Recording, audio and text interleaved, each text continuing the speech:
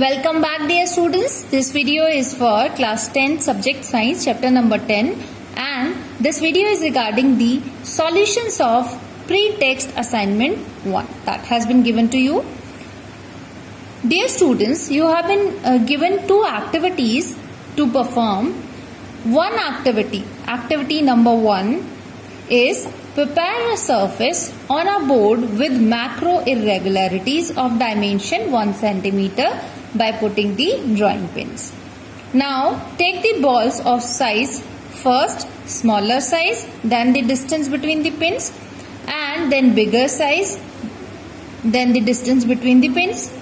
We have to drop the balls of smaller and bigger one by one on the board between the distances in the pins. Now we have to note the incident path and the path followed by the rebounding of balls.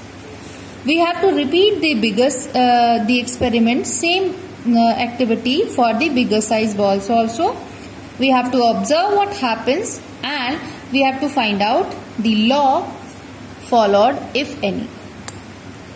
Children, here we have a drawing board on which we have to put the drawing pins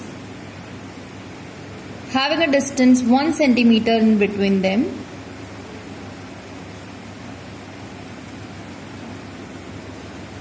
So this way what we are trying to do, we are creating irregularities on the surface. Now this surface is more irregular, or you can say it is not smooth now.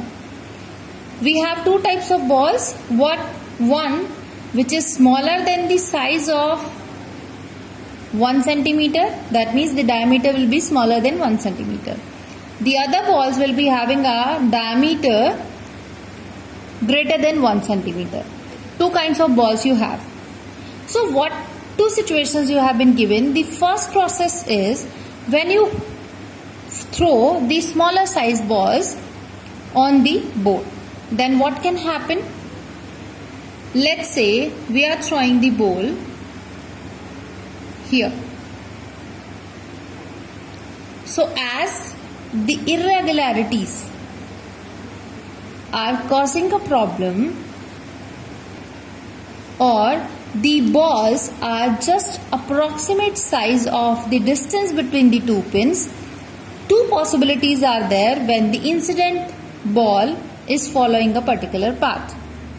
Either it can get stuck in the gap between the two pins, or it can go back like this. The same can happen when we are putting more and more balls. But if you are putting the balls with the same incident angle, then you will find that the balls are getting reflected or bouncing back in this medium with the same angle. And how do we make it? We make the normal at the point of incidence, and this is the angle of incidence and this would be the angle of refraction. The same will happen with all the balls. Some will get stuck in the distance or the gap, some will get rebound. Now as the irregularities are more, so there is a possibility of ball of smaller size get stuck in the distances. When we are putting the larger size balls in the gaps, what will happen then? So dear students, as the ball is as comparison to the distance bigger in size, so it will not get stuck. When you are putting the ball, when you are throwing the ball on the board, what will happen? It will strike the irregularities, it will go in any of the direction. But as it is bigger than the size of this gap, so the two pins will strike with it and they will provide a particular shape. So let's say it comes here, it strikes with the irregularities of the surface, it goes in this direction.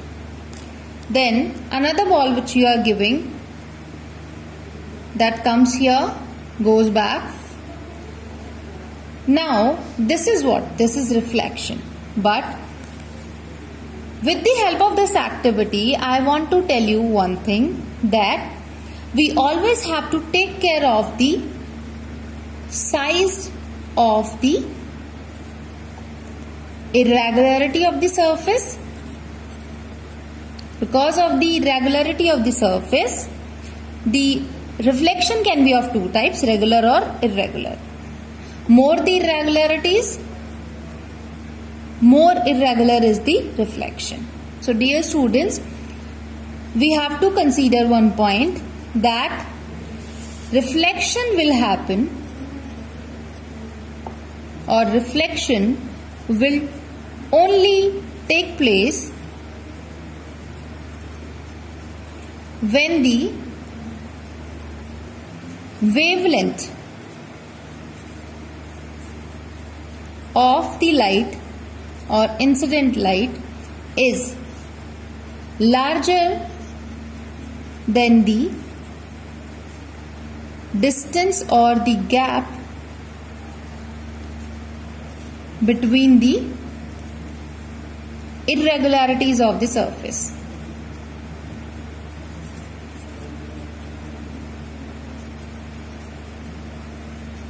This thing you have to keep in mind, that if a wavelength or a light of smaller wavelength is coming to a particular surface, if the wavelength is smaller than the distance between the two irregularities on the surface, then that radiation will not get bounced back, that will get absorbed. So by throwing the balls on the irregular surface, two types of reflections can take place, regular and irregular. So by doing this activity, if regular reflection is taking place, then the light rays are following the law of reflection. What is that? That the angle of incidence is equal to the angle of reflection. You will also find one thing, that when you are throwing ball in a particular plane on the board, then in the same plane the ball will get rebounded back. That means incident ray, reflected ray and the normal at the point of incidence, they all lie in the same plane. Okay. Dear students, you also have one more activity in the assignment, which is one of the experimental activities that you should perform, but you will not get the point if I explain to you people here. You will understand this thing experimentally. So it's better that we can discuss this activity with the help of apparatus which is required to perform this activity. So let us leave it for a while, but whenever it is possible, we'll do this activity, or I'll try to explain this activity at the end of the chapter to you. Now let us move on the thought questions given to you. Now, the first thought question given to you is, consider a looking glass and a wall. Think about the reason why your image is formed in the glass but not in the wall. So dear students, the one reason is that a glass is a very smooth surface, whereas the wall is having micro irregularities on the surface. Although these are not visible to you, but still the wall is having irregularities in its surface as comparison to the glass.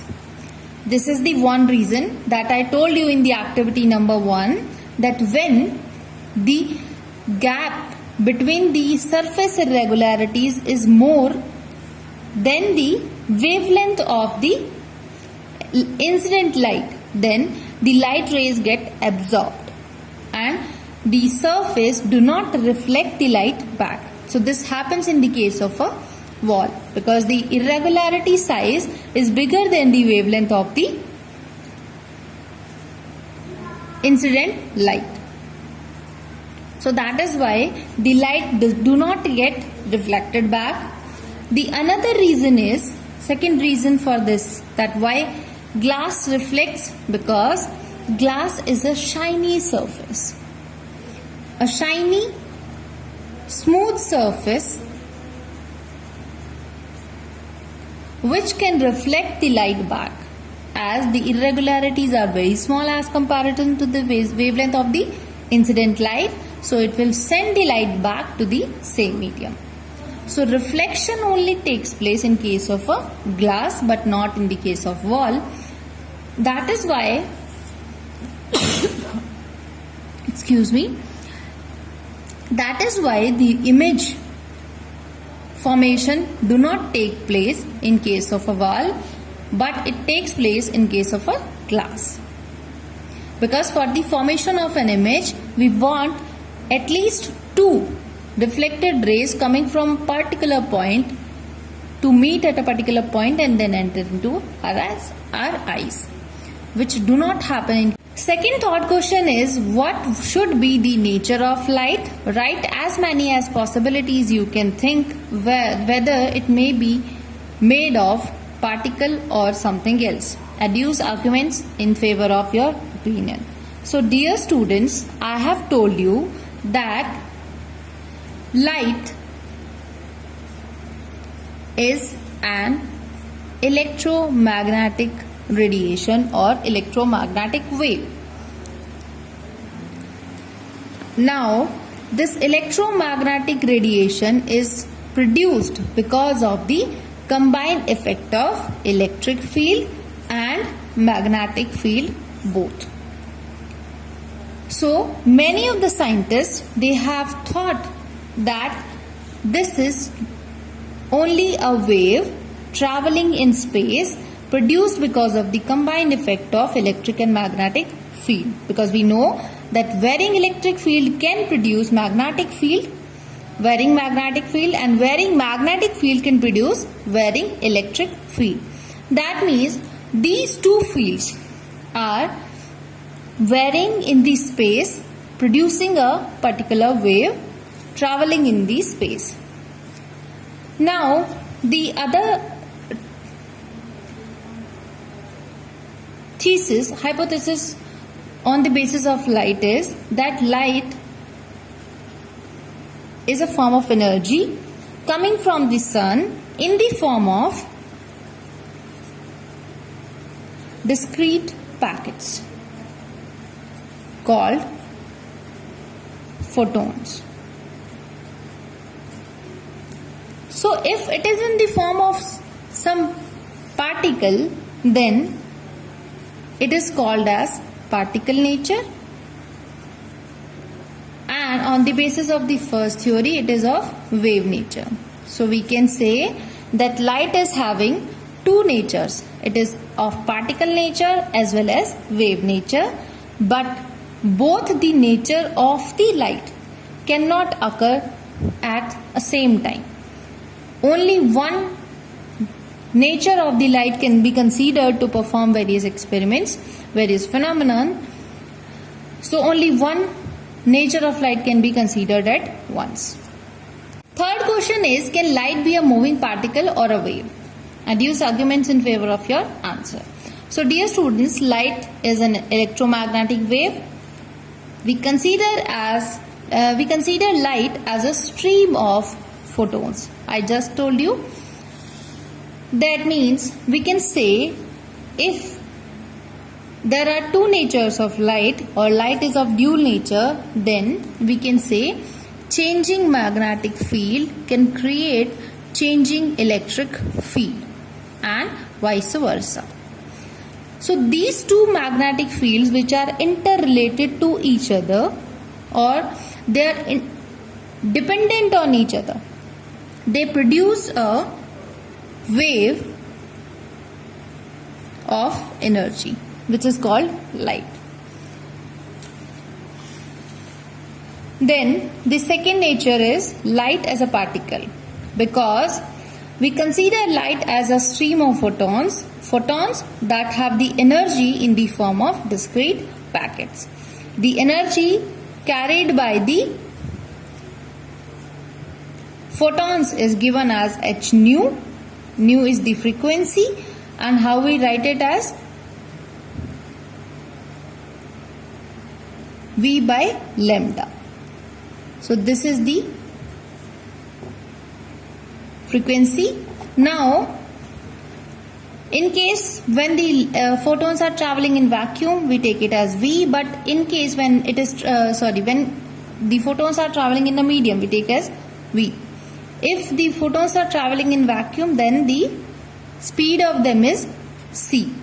So we can also write it as hc by lambda. This is what? This is frequency. So we can write it as the energy contained in a photon is given as hf. So dear students, these were the solutions of the third questions of your pre-text assignment. This is it for today. Take care and goodbye.